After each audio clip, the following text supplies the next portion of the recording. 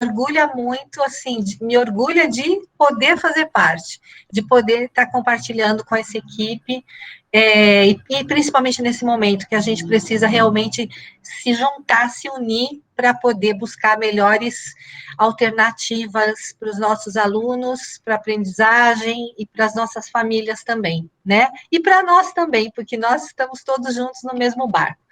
Então, é isso. Para mim é uma satisfação e espero que a gente compartilhe algumas coisas bacanas hoje. Então, nós vamos falar hoje desse tema, né, que foi proposto aí pela escola, as questões socioemocionais em tempos de pandemia e o retorno escolar. Então, quero que vocês fiquem bem à vontade para, a qualquer momento, aí, né, colocar as perguntas, dúvidas ou ideias e sugestões aí no chat. Pronto, vamos lá. Então, sejam bem-vindos todos e todas. Quais os nossos dois objetivos, então, dessa nossa conversa de hoje? Nós vamos refletir sobre a saúde emocional e sobre estratégias de enfrentamento. E nós vamos conhecer e falar um pouquinho de algumas ferramentas socioemocionais para a gente lidar com esse retorno às aulas. Então, quando a gente fala de aprendizagem socioemocional, educação socioemocional, desenvolvimento socioemocional, a gente fala de emoções e sentimentos, né? A gente não fala de conteúdo cognitivo, a gente não fala de conhecimento cognitivo, nem de língua portuguesa, nem de matemática. A gente não fala do que você pensa, mas a gente fala daquilo que você sente. É isso que a gente pretende com a educação socioemocional. Então, para começar, eu pergunto para vocês como é que vocês estão se sentindo hoje? E aí, se vocês se sentirem à vontade, podem responder no chat. Vocês estão com qual dessas emoções? Ou pode ser mais de uma, né? Porque muitas vezes a gente não está sentindo apenas uma emoção, é um misto. Então, está alegre, está com medo, com nojo, com raiva, surpreso ou triste. Ou se tiver de algum outro modo, que não tem aqui nenhuma opção, pode colocar também. Então, nesse momento, né?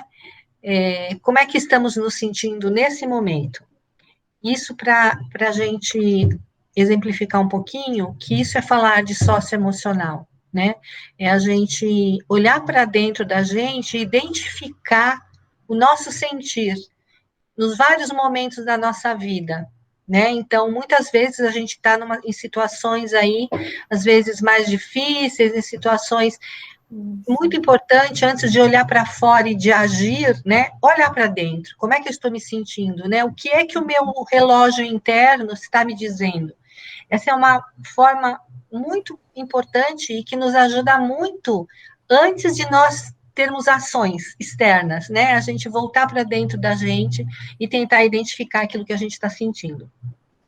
Regina, você quer que eu fale algumas? Gostaria, pronto, sim. Aqui é assim, né? Falaram surpresa e triste, apreensiva, alegre, triste, mais uma vez, feliz, tranquila, apreensiva, irritação e ansiedade, reflexivo e esperançoso, agradecido, otimista, esperançosa. Chegou a um estágio de estar apático, reflexiva, momentos tristes, apreensiva, esperança, alegre. Então, tem todas essas palavras aí. Sim.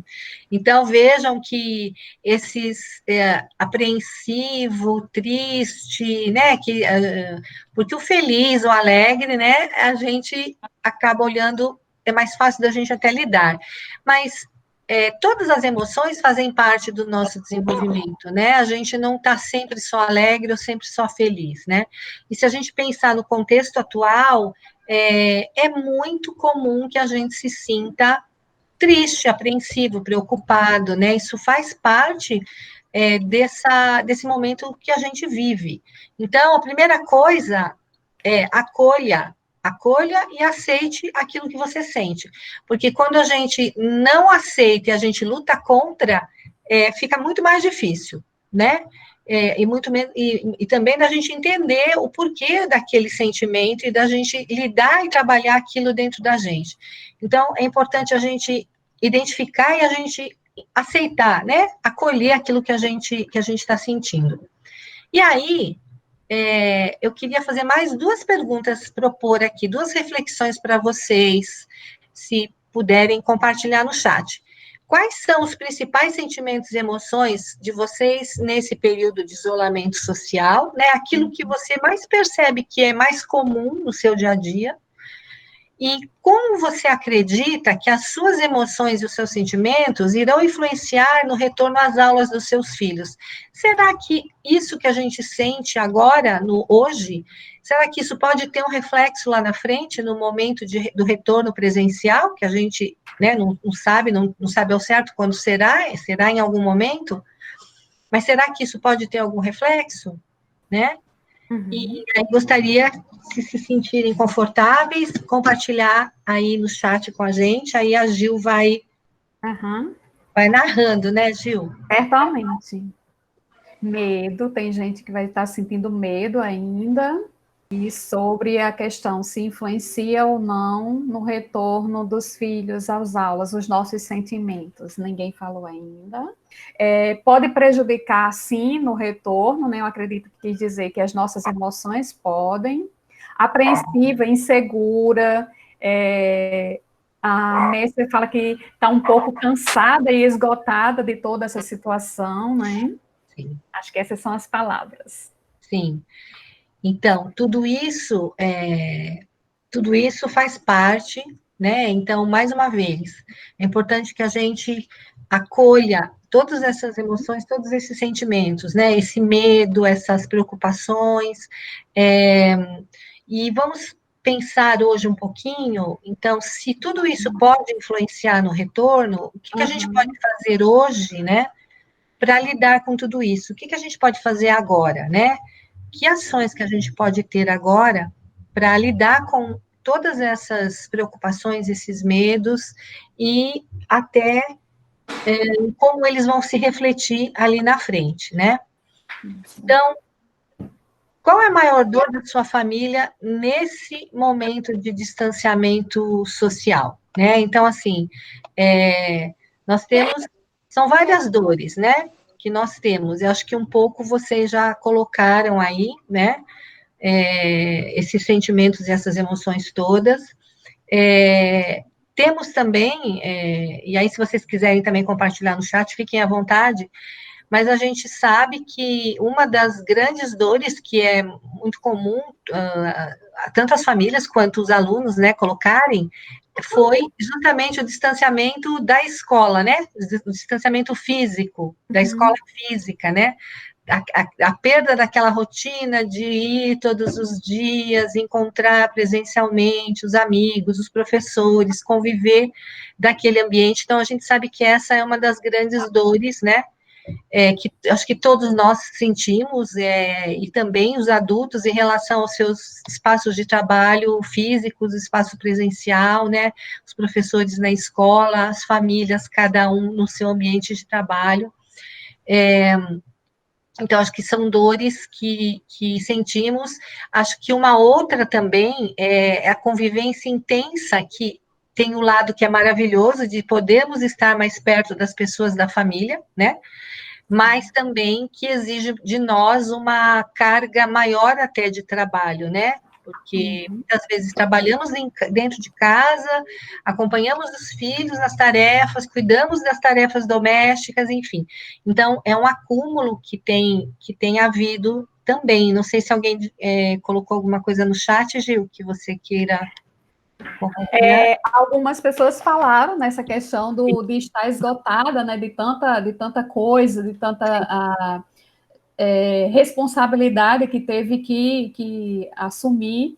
Mas aí, sobre a questão das dores, né, a maior dor não é chegar perto das pessoas, abraçar, beijar, né, então essa falta que as pessoas sentem, a dor, privar as crianças do contato com as outras, do lazer, da rotina que eles tinham antes, aí mais uma vez abraçar, beijar, conviver com os amigos, perda dos entes queridos também, porque a gente teve familiares que perderam pessoas muito próximas por essa doença, né? Então a gente teve essa situação também na nossa comunidade escolar. Sim.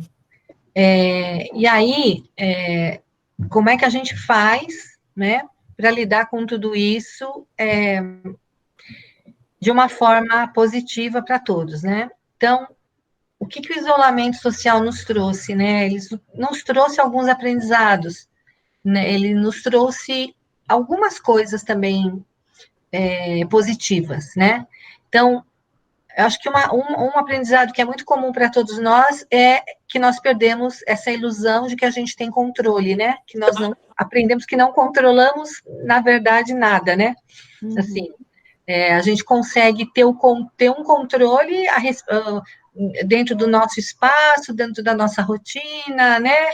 Minimamente ali, mas a gente não tem um controle sobre as coisas que como essa pandemia que aconteceu e ninguém perguntou, né, se a gente queria ou não queria, se podia, ela simplesmente veio e aí está trazendo, enfim, está trazendo várias dores e, de alguma forma, também está trazendo vários aprendizados. Então, nós também criamos uma nova rotina em casa, né? Então, essa rotina de estar todas as pessoas que moram na mesma casa, dentro de casa, fazendo todas as suas atividades dentro de casa, né? Isso fez com que a gente tivesse que organizar uma nova rotina, né? E, claro, que aproximou mais também, nos aproximou mais, porque muitas vezes a gente acaba naquela rotina de toma café da manhã, sai correndo, leva o filho para a escola, vai para o trabalho, né? Volta no final do dia, ou leva o filho na casa da avó, depois vai buscar, enfim, é aquela rotina muito corrida e de pouca oportunidade, muitas vezes, de tempo de convivência, a gente acabava tendo mais, era só o final de semana, né? Então, a gente também está tendo essa oportunidade de criar uma nova rotina e de poder reinventar os nossos relacionamentos com as pessoas que moram com a gente. Nós sentimos dificuldades também em lidar com as rápidas mudanças, né? Isso, acho que no início foi um impacto muito grande. Hoje, as pessoas, e de modo geral, todos aí encontraram caminhos, a escola, o próprio César, rapidamente reinventou, reorganizou a forma de dar aula, a forma de se relacionar com os alunos e com as famílias, né? Nós percebemos isso também, um aumento de ansiedade e depressão em adultos, crianças e adolescentes, já existem até pesquisas recentes com esses dados também. Então, claro, e isso é claro que é esperado a partir do contexto de pandemia que a gente vive, né? Isso é natural que aconteça. Sentimos a necessidade também de estabelecer redes de apoio sólidas. É importante isso, né? Buscar estar perto das pessoas, né? Mesmo que à distância, né? Buscar ajuda quando a gente percebe que a gente precisa, né? Buscar conversar, buscar compartilhar aquilo que a gente sente. E aí a gente descobre que o outro também está sentindo a mesma coisa. Então, é uma forma da gente também entender um pouco melhor tudo isso e se entender um pouco melhor também. Como é que fica a saúde emocional dos pequenos? Então, vamos falar primeiro dos pequenos, né? Então, as crianças menores, elas são mais... E aí, quando eu falo os pequenos, estou falando até ali a educação infantil, né? Crianças menores. Então, são crianças eles são mais vulneráveis aos impactos, a tudo que impacta a rotina. E eles possuem uma sensibilidade muito grande, isso vocês percebem, quem tem crianças menores sabe isso, eles percebem muito facilmente as mudanças de estado de humor dos adultos, né? Então, não adianta a gente não querer dizer o que está acontecendo, não adianta a gente querer esconder nem o que está acontecendo fora de casa, né, nem o que está acontecendo com a gente, quando a gente fica mais reservado, ou a mãe ou o pai, ou fica mais triste, ou fica mais choroso, então adianta a gente disfarçar. Então, a melhor coisa é a gente conversar com essas crianças dentro de uma linguagem que eles entendam, claro, adequada para a idade, mas a gente dizer as coisas que a gente sente, dizer o que está acontecendo, né? Isso é fundamental, porque a criança vai perceber de qualquer maneira. E é muito pior que ela perceba por ela, né? E aí ela vai tentando entender por ela e vai criando, muitas vezes, vários fantasmas, né? E isso é muito mais prejudicial para a saúde emocional dos pequenos, do que a gente sentar e dizer, e estar compartilhando com eles um pouco daquilo tudo. Porque a criança também normalmente eles têm uma fantasia muito grande de achar que o que está acontecendo é por causa deles, né? Então, isso também tira da criança esse peso de achar que é por causa dela alguma situação que está acontecendo ali em casa. Então, é muito importante que a gente converse. Mudanças de comportamento nas crianças, reações de humor e alterações na forma de alimentar, ou menos apetite, ou mais apetite, mesmo no sono, tudo isso também, talvez vocês já tenham percebido nos filhos de vocês, mas isso também pode acontecer e também está relacionado com esse contexto, né? Uma coisa, alguém falou de aniversário, de adolescente, né? Mas cabe. As crianças, elas sentem falta dessas datas festivas, né, da socialização, da comemoração, então é muito importante que a gente mantenha essa celebração dentro de casa, se está fazendo aniversário, comemorar, fazer o bolo, fazer tudo que normalmente se faria, e comemorar, ligar a câmera, né, e comemorar com as pessoas que estão fora de casa, com os parentes ou com amiguinhos que estão fora de casa, não deixar de celebrar e não deixar de comemorar por causa desse distanciamento, né, é importante que a gente mantenha esses momentos festivos.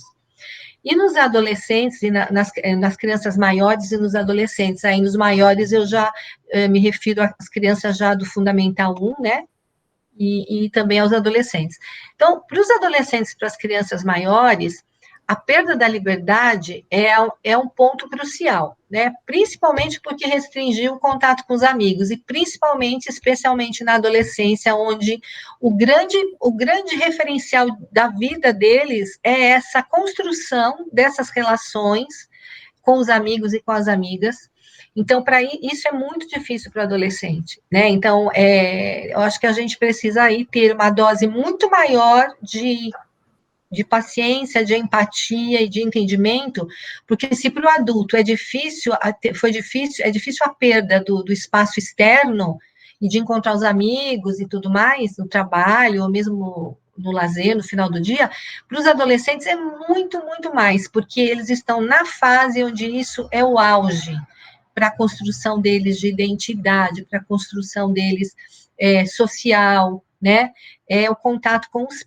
Então, também precisamos incentivar aí os filhos adolescentes a manter esse contato à distância, né? A manter o contato por WhatsApp, por ligação de vídeo, onde eles conseguem se ver e ter momentos ali de conversa ou até de distração com algum jogo, alguma coisa, coisas que eles conseguem fazer remotamente. Outra questão também para o adolescente é essa imprevisibilidade sobre a vida acadêmica e a convivência intensa somente com família dentro de casa. Então, isso também pode provocar mudanças de humor, né? Porque ele fica preocupado, o que vai acontecer com a minha vida escolar, e se for aluno de ensino médio, pior ainda, mais ainda, porque eles, né, quem está finalizando o ensino médio eles ficam numa ansiedade muito grande. E agora, o que vai acontecer, né? Como é que vai ser o ano que vem?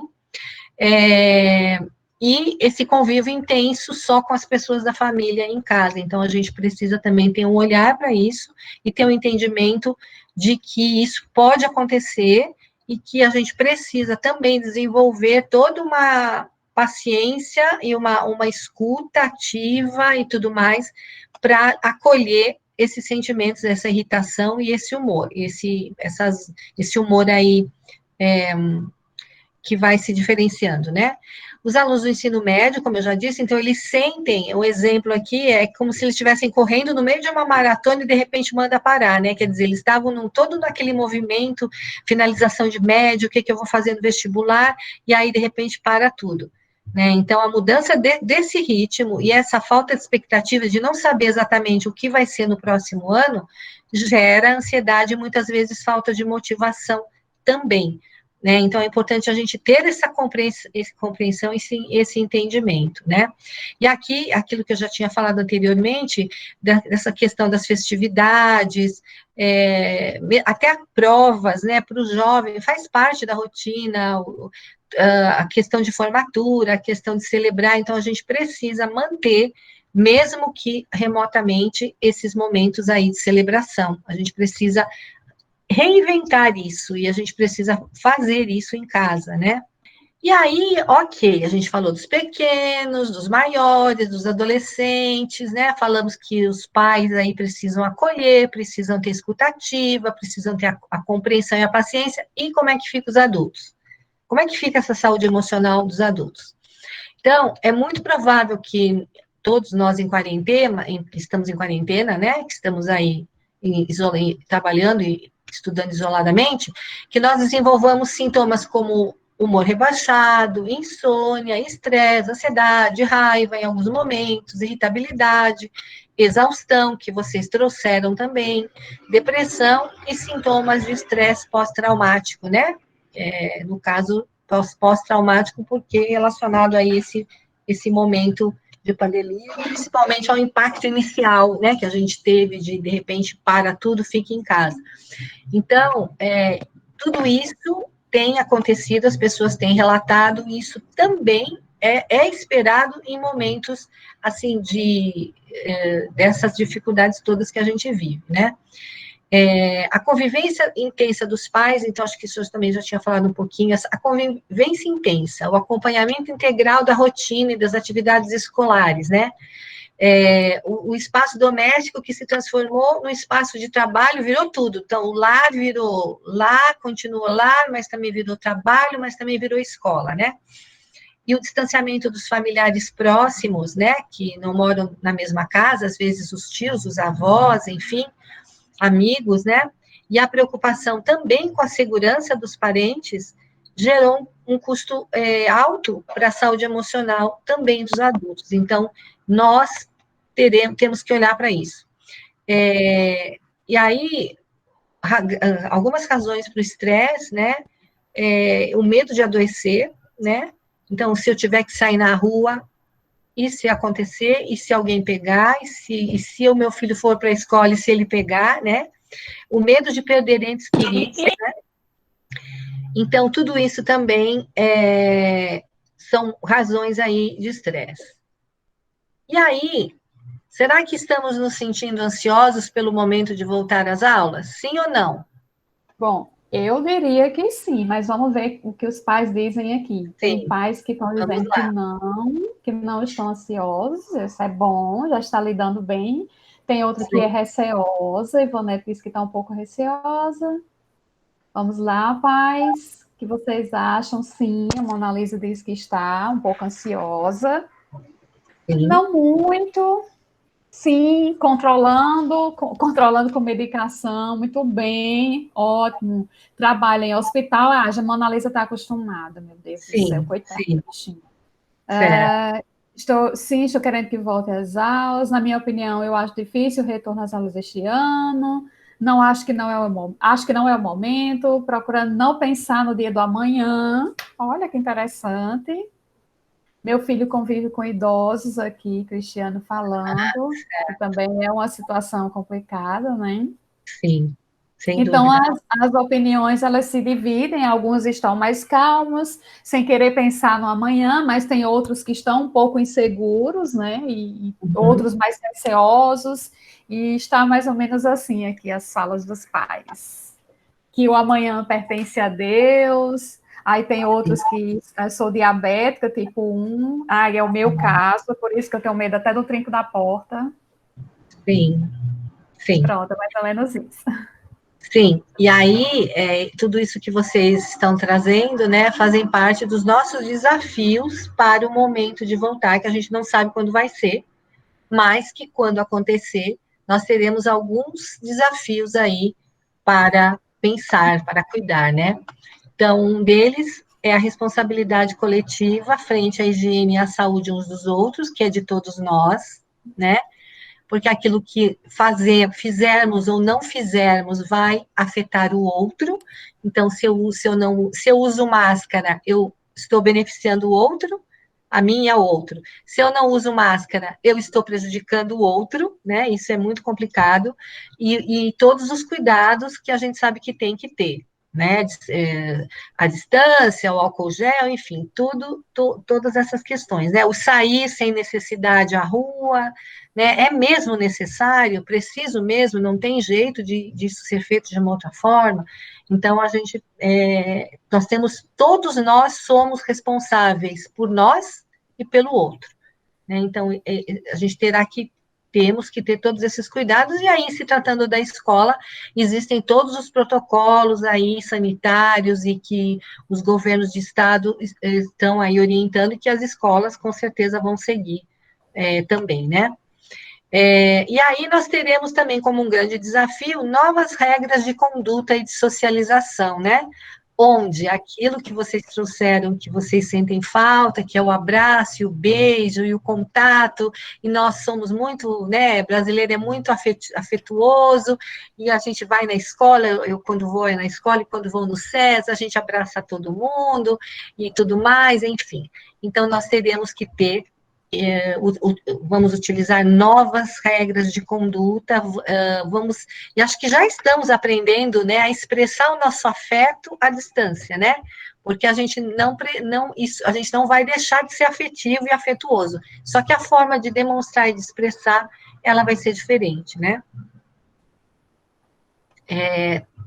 Outro desafio, a aprendizagem, né, que é a informação, a organização dessa informação, e isso já está acontecendo agora, né, com toda essa aprendizagem acontecendo, ensino-aprendizagem de forma remota. Então, eu acho que aqui tem um aspecto muito positivo, que além do conteúdo, as crianças e os jovens, eles estão aprendendo novas tecnologias, né? E isso é positivo, né? E nós adultos também, né? Nós estamos aprendendo novas tecnologias, nossa família, o professor, todos. Então, isso tem sido positivo. A gente tem descoberto várias formas, né? De se trabalhar a aprendizagem, de se trabalhar o ensino, e isso tem sido positivo, né? É que nós temos, de modo geral, né, ser humano, nós temos aquela resistência à mudança, né? Então, tudo que vai mudar, no início a gente fala, isso não vai dar certo. Não vai dar certo. Então, eu lembro, há 5 anos atrás, quando eu fui fazer o meu primeiro curso à distância, e quando eu comecei a trabalhar à distância com escolas, né, com formação EAD, mista, era meio híbrida, mas era EAD, e eu no início falei, isso não vai dar certo, nossa, isso não vai funcionar. E aí eu fui vendo, estudando, descobrindo, e aí falei, nossa, é maravilhoso, né? Então, nós temos mesmo uma resistência à mudança, mas a gente está percebendo muitos aspectos positivos nessa questão. E um outro grande desafio é o acolhimento e as formas de lidar com as emoções, né? Então, acho que mais do que antes, mais do que sempre, isso está muito forte para todos nós, a gente percebeu, se deu conta que nós precisamos aprender a lidar com as nossas emoções e com as emoções do outro, que nós precisamos aprender a reconhecer as nossas emoções e as emoções do outro, e que nós precisamos nos aceitar e aceitar o outro, e aí descobrir como fazer, de que forma fazer que seja saudável e positiva para todos os lados das relações, sejam relações pessoais, profissionais, escolares, né? Então, esse é um outro desafio que a gente já está vivendo agora e que depois vai continuar para o momento aí de retomada de aulas. Muito bem, falamos de várias coisas. E o que a gente pode fazer? O que podemos fazer, né, com relação à saúde emocional? Então, eu vou perguntar para vocês, diante de tudo isso que a gente disse, diante de tudo que vocês aí digitaram aí no chat, de como vocês sentem, de que vocês estão percebendo, como é que vocês acham que poderão fortalecer a saúde emocional? O que será que a gente pode fazer para fortalecer a saúde emocional, né? Então, socioemocional é isso, a gente pode desenvolver a partir de qualquer etapa da vida, né? A gente pode aprender a se trabalhar socioemocionalmente em qualquer momento, desde que a gente queira, né? E a gente pode cuidar da nossa saúde emocional a partir das nossas ações. Sim. Então, né, vamos ver algumas práticas para lidar com o momento atual e depois com o momento futuro de retomada também, né? Primeiro, autoconhecimento. Então, aqui é a grande chave. Eu estou falando agora em termos de socioemocional, só que isso não é uma coisa nova.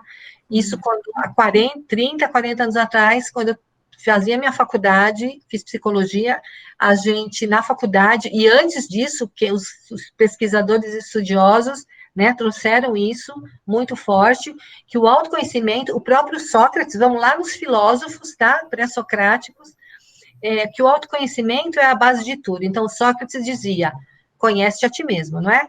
É isso que ele colocava, e essa é a grande verdade que a gente, milhões, né, centenas de anos depois, a gente está hoje aqui falando de socioemocional, de autoconhecimento, que nada mais é do que a mesma coisa que ele dizia, que o Sócrates dizia lá atrás para os alunos e para os seguidores dele, né?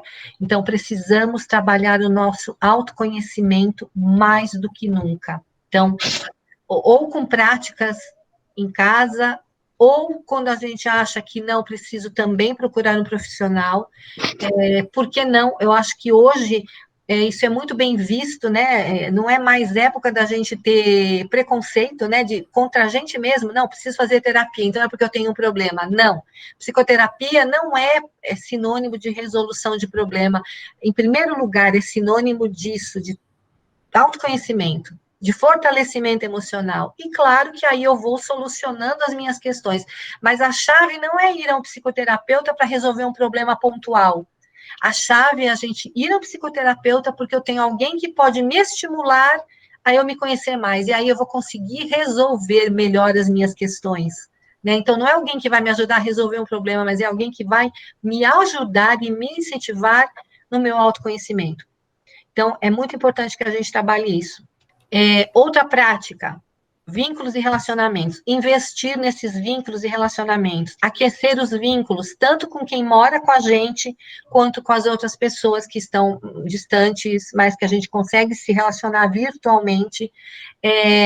Esse vínculo que vocês têm aí, CESA, escola, né, escola-família, esse trabalho que vocês, esses encontros quinzenais que vocês fazem, eles são sensacionais para isso. O que vocês estão fazendo, na verdade? Vocês estão mantendo aceso o vínculo e a chama do relacionamento. Isso é o que vai possibilitar melhor aprendizagem depois, quando os alunos começarem a retomar as aulas presenciais. Por quê?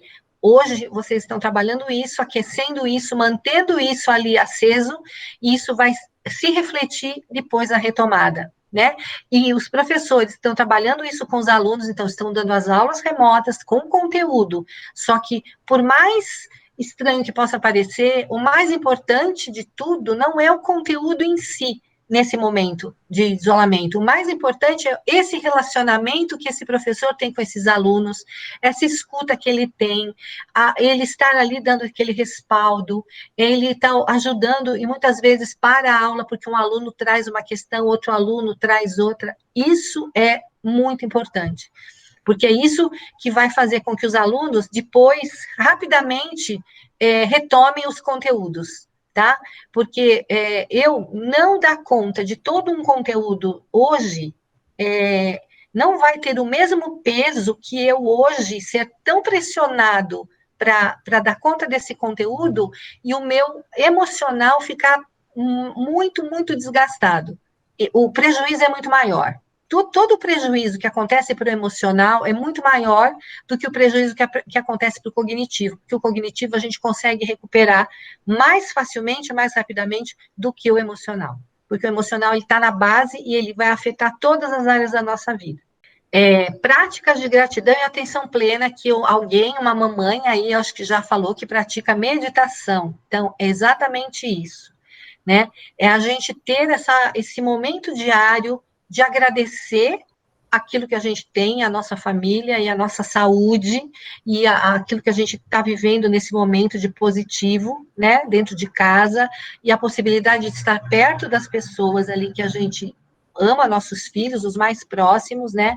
Então, é ter essa prática de gratidão e essa prática da atenção plena, que é o que vocês trouxeram, um exemplo, a meditação, né? De ter um momento diário de parar, de respirar, né?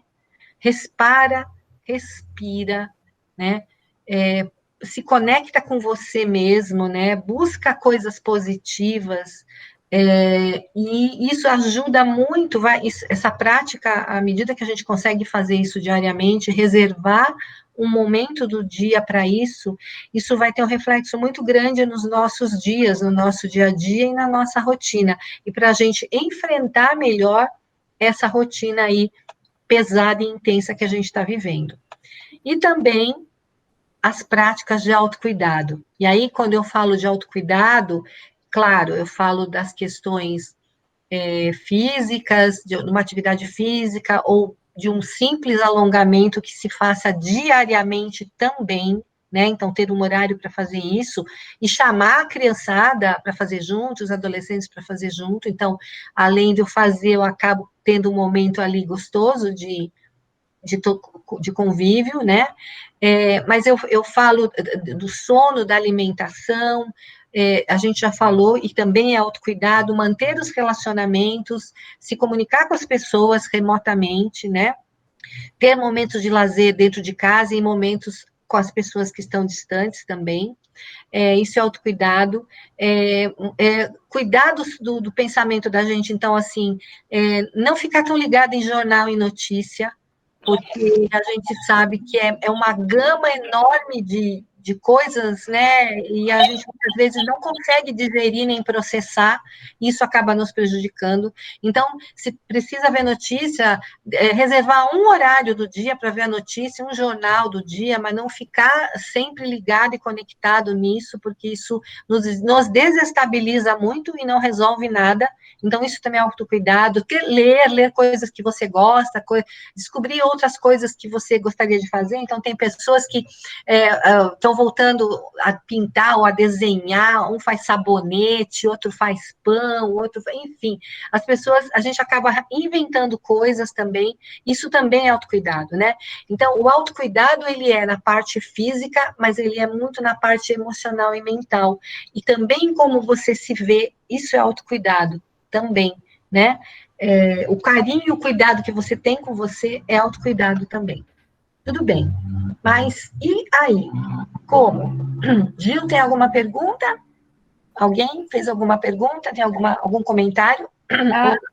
Tem alguns comentários, algumas falas dos pais, sim.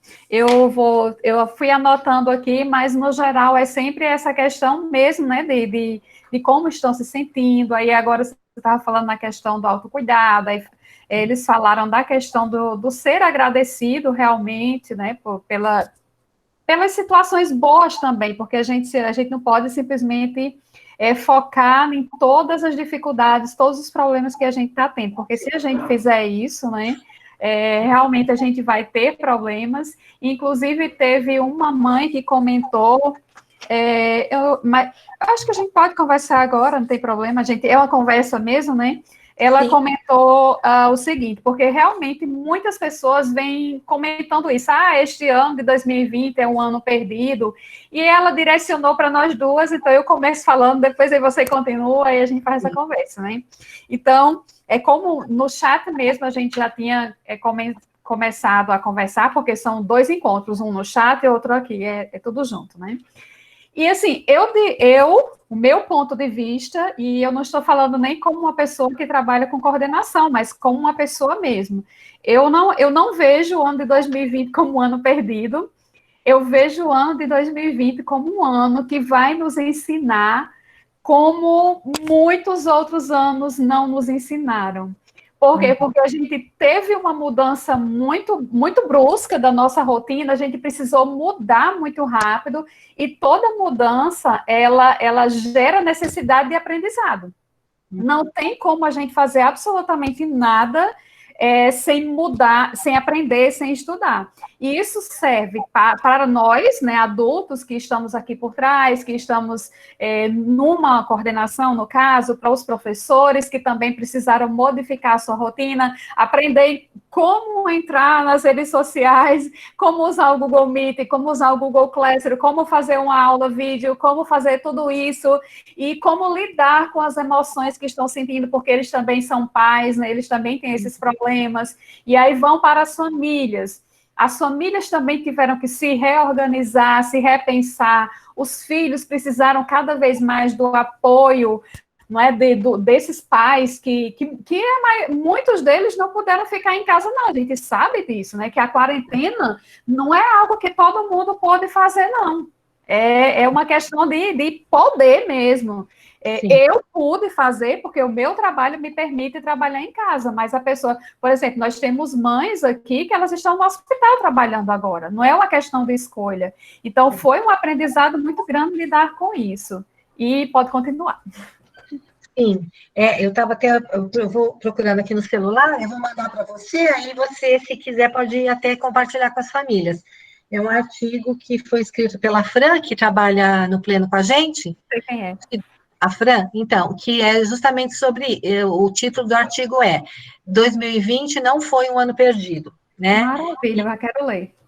Eu vou mandar para você, e ele fala exatamente sobre isso, sobre os aprendizados que nós estamos tendo em 2020. Então, eles são aprendizados diferentes daqueles que a gente estávamos acostumados, mas são aprendizados também. E, com certeza, são aprendizados valiosos, né? Que estão contribuindo muito para nós, para todos nós e para os nossos relacionamentos também. Isso.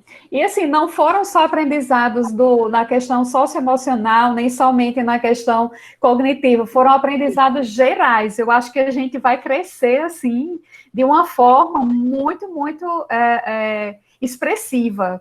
Eu acho que é muita coisa que a gente vai trazer para o próximo ano. Sem dúvida. Bom, então, algumas práticas diárias, né? Então, a primeira delas é o acolher-se e acolher, né? Então, por que acolher-se? Porque não conseguimos acolher o outro se nós não nos acolhemos. Não conseguimos cuidar do outro se não cuidarmos de nós. Então, essa história da gente dizer assim, nossa, eu faço tudo por todo mundo, faça primeiro por você. E isso não é ser egoísta. Isso você precisa fortalecer você para que você consiga ajudar alguém, porque senão a gente acaba passando para o outro a nossa ansiedade, o nosso mau humor, a nossa dificuldade, né, a nossa dor. Então, primeiro acolha-se. Então, acolha esses sentimentos todos, né, aqueles que você acha que são maravilhosos e aqueles que não são, porque tudo isso faz parte de nós, e a gente precisa ter essa autocompaixão, de acolher aquilo que a gente sente, de nos acolhermos quando sentimos que precisamos de um colo e de um abraço. A gente também consegue fazer isso com a gente, né? E aí a gente consegue acolher o outro. E o acolher, a definição, uma definição simples de dicionário, é oferecer ou obter refúgio, proteção ou conforto físico, abrigar-se e amparar-se. E aí é o conforto físico e é o conforto emocional também. A prática da empatia, né, que a gente fala muito sobre isso, mas a gente precisa pensar o quanto a gente pratica a empatia no dia a dia, né, a começar de dentro de casa. A empatia é o sentir com o outro, né, então, não é só colocar-se no lugar do outro, não é só tentar ver pela perspectiva do outro, mas é o sentir junto, é uma coisa mais profunda, né? E é uma escolha, né, também, porque ela requer que uma pessoa toque em algo pessoal, né? Que a faça se identificar com a luta de outra pessoa. Então, é uma escolha que eu faço de realmente sentir com o outro e de me identificar com aquela dor e com aquela luta daquela pessoa. E aí a gente cria conexão. E aí quem diz isso é a Brené Brown. Até existem muitos vídeos dela no YouTube. Não são muitos, são alguns, mas é sobre a empatia. Tem inclusive um que é um desenho, Gil, eu não sei se você já viu. E eu mando o link também, que acho que vale a Perfeito. pena compartilhar com as famílias também. Bem curtinho, desenho curtíssimo, acho que 2 minutos, e é daquele matador, sabe? Aquele que a Maravilha. gente assiste e fala assim, nossa, e a gente começa a refletir sobre muitas questões, então é bem bacana. Então, praticar a empatia com o próximo mais próximo, né? Que às vezes é o filho, é aquele que está ali no dia a dia do vucu-vucu da casa com a gente, e com os outros todos também, né? Outra prática importante é praticar a comunicação não violenta, que tem um livro também com esse título, Comunicação Não Violenta, que é sensacional, gostoso de ler, leve, e que traz muitos aprendizados para a gente. E o que é essa comunicação não violenta? É uma abordagem de comunicação que compreende habilidades de falar e ouvir. Porque nós, ser humano, temos muito o hábito e a necessidade de falar. A gente quer falar muito, falar o tempo todo, e a gente, muitas vezes, nós não nos damos conta que nós precisamos escutar, nós precisamos ouvir. E esse ouvir inclui eu ouvir o que você está dizendo, sem já estar pensando, preparando aqui na minha cabeça a resposta que eu vou te dar.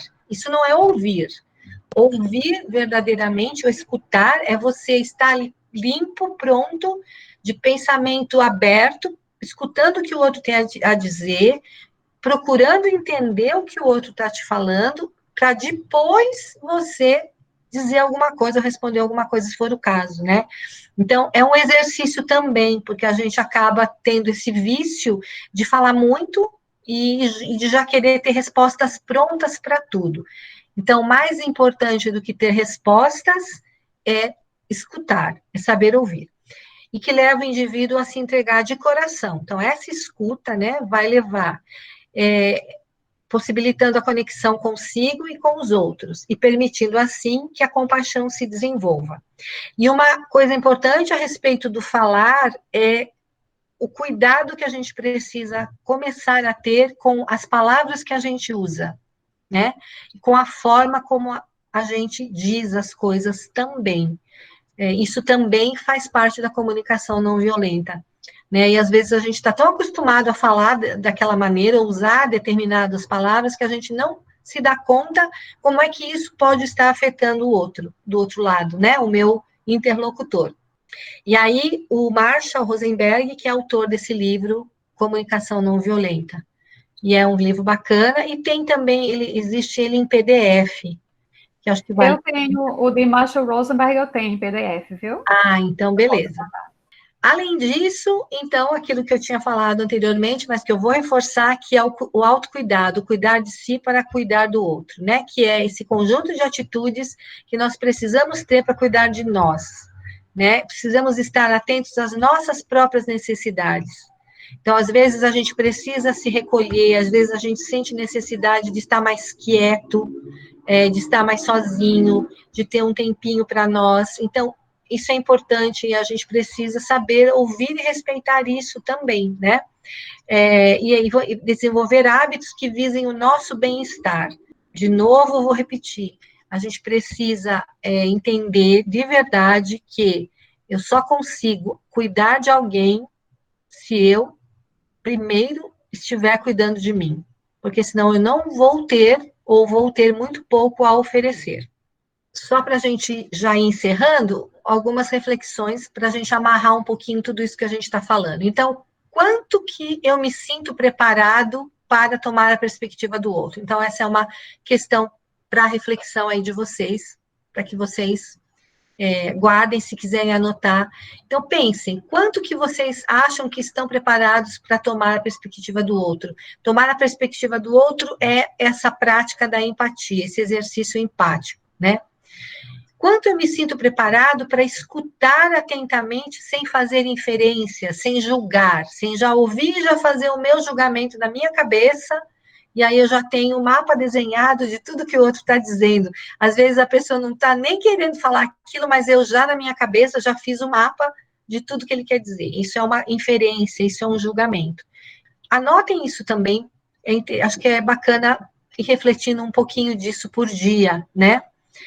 O quanto eu tenho olhado para o meu bem-estar e aí, agora que eu vi que está sem hífen, tá? Está errado, desculpa. E o bem-estar das pessoas ao meu redor, que é aquilo que a gente acabou de falar do autocuidado. Eu estou olhando para o meu bem-estar, eu estou me preocupando verdadeiramente comigo, né? E aí, eu estou me preocupando verdadeiramente com o outro. Que tal planejar? E aí, o que, que eu vou propor para vocês? Então, eu mandei esse arquivo, esse planner do autocuidado, eu mandei já para a Gil, e aí a Gil vai enviar para vocês, talvez por e-mail ou por WhatsApp, vocês podem preencher no próprio computador de vocês, não precisa imprimir, se quem quiser imprimir, imprime, mas quem não quiser, não precisa, lá no próprio computador você preenche, ele é editável, que seria um planinho de ação semanal com ações de autocuidado. Então, é uma proposta. Que tal planejar ações de autocuidado semanais, né? Veja onde que vai se encaixar na tua rotina algumas ações estruturadas, então, como uma atividade física, um alongamento, como a meditação, como um simples momento de eu parar e ficar quieto lá comigo mesmo, que eu posso dar o nome que eu quiser, meditação ou outra coisa, não importa o nome. Momentos que eu vou fazer um chá para mim e vou pegar um livro, né, e vou ali ficar bem confortável com meu pijama e vou dedicar alguns minutos para aquilo, porque aquilo me causa bem-estar.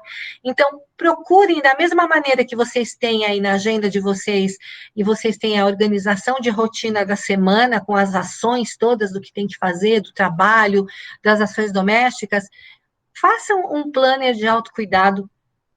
Distribua na semana. Se você conseguir fazer uma ação por dia, tá maravilhoso para começar, né?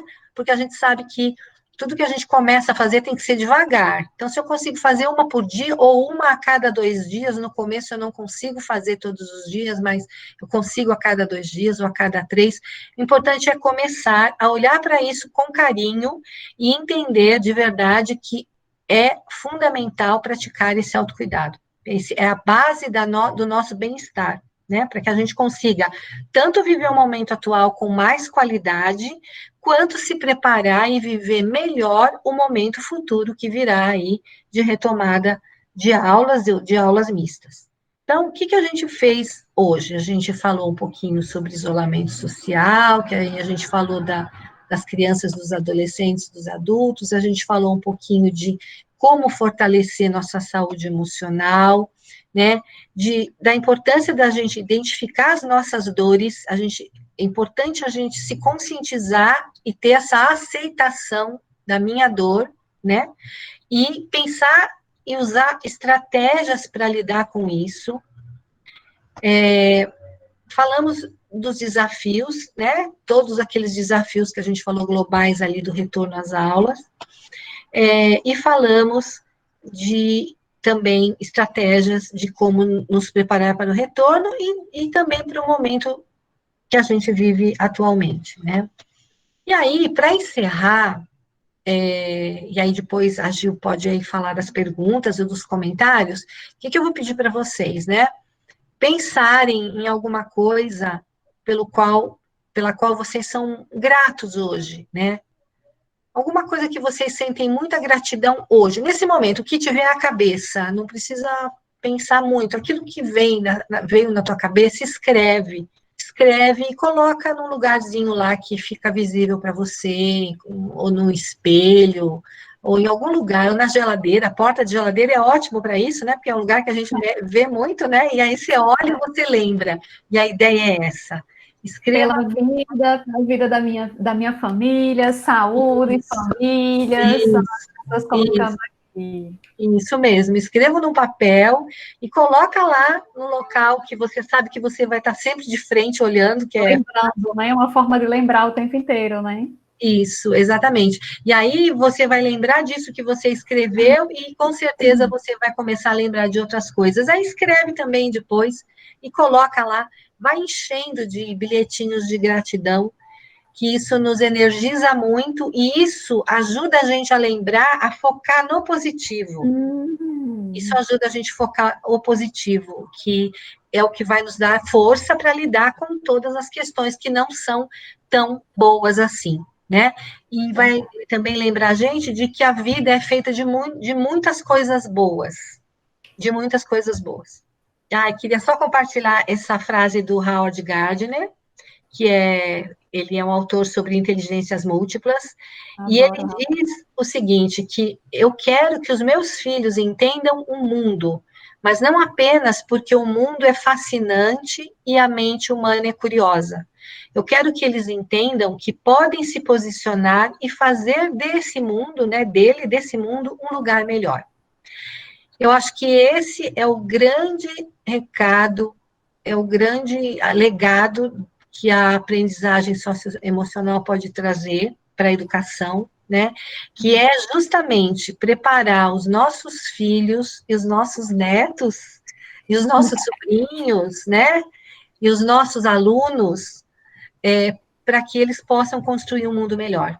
Muito melhor do que o que está hoje. Mas para que eles consigam fazer isso, nós precisamos ajudá-los hoje, dando subsídios para eles, para que eles consigam fazer isso amanhã. E era isso. A sua plenitude. Adoro essa frase. Regina, maravilhoso. Realmente, eu vou até começar aqui com a fala de uma mãe. Obrigada por essa palestra. Estava precisando para melhorar o meu emocional. Mas realmente, né? Os encontros, no geral, eles já servem para a gente ir trabalhando essas questões, para a gente ir aliviando, mudando o foco. Mas quando a gente trabalha especificamente, né, a gente pensa especificamente sobre as habilidades socioemocionais, é diferente. E, assim, você trouxe aspectos, assim, cruciais para a gente pensar nesse momento atual, e eu vou focar aqui especificamente quando você fala da questão do autoconhecimento, que aí finda lá no autocuidado, né? Aquela página eu acho maravilhosa. Toda a sua fala foi ótima, mas né, tu vai falar tudo de novo, né? Claro. Se bem que poderia, né? De repente, um outro momento. Sempre que a gente fala diferente, é ótimo. Mas, realmente, isso é algo que eu digo muito isso a você, Regina. Eu tenho estudado isso desde o ano passado, que foi ontem, né, praticamente, mas eu sinto que já é possível eu perceber algumas mudanças. Não a mudança, uma grande mudança, mas de percepção, sabe? Eu faço algo, eu sinto algo, e eu já percebo essa coisa. E realmente, a gente tem que partir do autoconhecimento, a gente tem que partir do aspecto de olhar para a gente, e a gente está vivendo um momento muito propício para essa questão de se ver mais, porque a gente está tendo muito tempo para isso. E, lógico, que com isso a gente vai ter mais tempo de ficar próximo às pessoas que a gente ama, os filhos, amigos de longe, né? Perto, mais longe. Mas a gente também consegue ficar perto, porque a gente consegue se reunir. Eu digo isso porque, olha, a gente está fazendo encontro às sextas-feiras, online. A gente não fazia isso antes, a gente não tinha esse encontro, então a gente aumentou a quantidade de encontros, mesmo que sejam virtuais, tá? Falta os abraços, os beijos, a gente sente falta desse contato mais físico, mas é um processo, a gente também precisa lidar com essa falta, lidar com essas questões, porque todo mundo está aprendendo a lidar com isso. E, ao mesmo tempo, a gente vai para a questão do autocuidado. Se eu estou sentindo dificuldades com isso, o que eu preciso fazer? Vai na Netflix, né, assiste um filme, ou foca em alguma coisa, colocando lá no espelho, na geladeira, como você falou, né? O que você vê de positivo nesse momento, o que você é grato nesse momento. Então, são coisas realmente que a gente precisa sempre estar repensando para não deixar que aquilo que é negativo, porque não tem como esconder, nós estamos vivendo momentos que tem muita coisa negativa, muitas perdas, muitas vidas se foram e elas não voltarão mais, né? E a gente precisa sempre estar com o foco, né? Tem algo negativo, mas o que é positivo? Porque o nosso cérebro precisa dessa calma também, né? Precisa focar em algo bom para aproveitar o que a gente tem agora, né? Aproveitar as aprendizagens, sejam elas socioemocionais, cognitivas, para levar para a nossa vida futura e também para lidar com os nossos familiares que precisam da gente, né? Aos pais aqui que a gente está falando, eles precisam dar apoio aos filhos, porque os filhos, adolescentes, crianças e adolescentes precisam deles para se apoiar. E, assim, nada melhor do que o autoconhecimento, o autocuidado, se preparar para cuidar do outro. Então, assim, eu achei maravilhoso isso. E eu gostaria, eu já coloquei no grupo aqui dos pais, e Kênia está até dizendo aqui, a palestra foi gravada, pode rever, realmente, todo mundo pode rever. E eu já mandei para o grupo dos pais o livro do Marshall Rosenberg, já mandei o planner que você enviou, já mandei os links do vídeo e o link da matéria, mas talvez seja interessante você falar um pouquinho daquilo que a Fran falou lá no artigo, né? O que nós ganhamos neste ano? Só para, né, dar um fechamentozinho aqui, eu acho que vai ficar legal. Ela traz um pouco dessa questão justamente do olhar, do autoconhecimento, da convivência, né? Essa convivência que a gente tem mais intensa, que a gente conseguiu também conhecer um pouco mais as pessoas, até os filhos, porque a gente teve que ficar ali junto com eles no dia a dia, né? Mesmo quem foi trabalhar, teve que sair para trabalhar, mesmo foi uma mudança na intensidade das relações, né? E nós estamos aprendendo de alguma maneira que as respostas e as soluções para as questões, elas estão muito no como a gente se relaciona com a gente mesmo, né? Então, a resposta não tá no outro, né? Não está fora. Ela está sempre muito mais com a gente. A gente não consegue modificar o cenário, mas a gente consegue modificar como a gente lida com esse cenário. Então, acho que é um pouco isso, esse aprendizado de como lidar com tudo isso, né? A gente tem que viver dessa maneira, né? Nós continuamos tendo os nossos sonhos, nós continuamos querendo criar os nossos filhos e que eles cresçam e que eles também realizem os sonhos deles. E como é que a gente faz isso, né?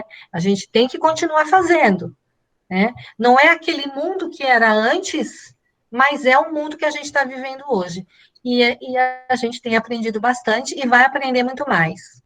Queria compartilhar com vocês o meu motivo de gratidão de hoje, né? Então, o meu motivo de gratidão de hoje foi poder ter estado nesse momento com vocês, foi muito rico e é sempre muito rico e aquece muito o coração poder estar junto, né? Nós estamos juntos, embora distantes, eu aqui em São Paulo, vocês aí em Natal, mas é muito incrível poder estar junto, né? De vocês e poder ouvir um pouco, através da Gil, aquilo que vocês estão trazendo. E eu acho que é isso. Estão dizendo aqui que gostei demais, que você é maravilhosa, Regina. Parabéns para você, as falas aqui dos pais. Eu digo a mesma coisa, a Regina é realmente maravilhosa, a gente tem aprendido, assim, muito, muito com ela. E crescemos juntos, né? Ela dá umas aulas para a gente dá uns toques aqui do Nordeste para ela, que ela não conhece também, né? Ela já aprendeu a comer tapioca, essas coisas assim. Sim. Mas é um encontro maravilhoso. Eu digo que Regina foi um grande presente para a gente encontrou o ano passado. De um ano passado para cá, a gente tem compartilhado muita coisa. Então, e vocês, desculpa te interromper, vocês um presente para mim. E aí eu tenho aprendido, não é só coisas do Nordeste, nem só coisas da tapioca, não.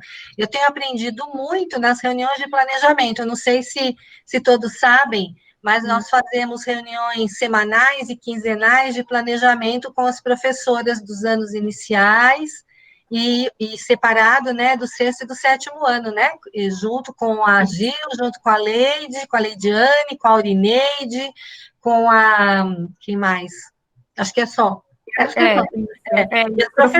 E os professores, professores. E eu tenho aprendido muito, esses momentos são muito ricos, e esses professores, essa equipe se prepara sempre muito, com muito carinho, estudando muito para essas aulas aí de socioemocional do Pleno. Então, tem sido um aprendizado muito grande para mim.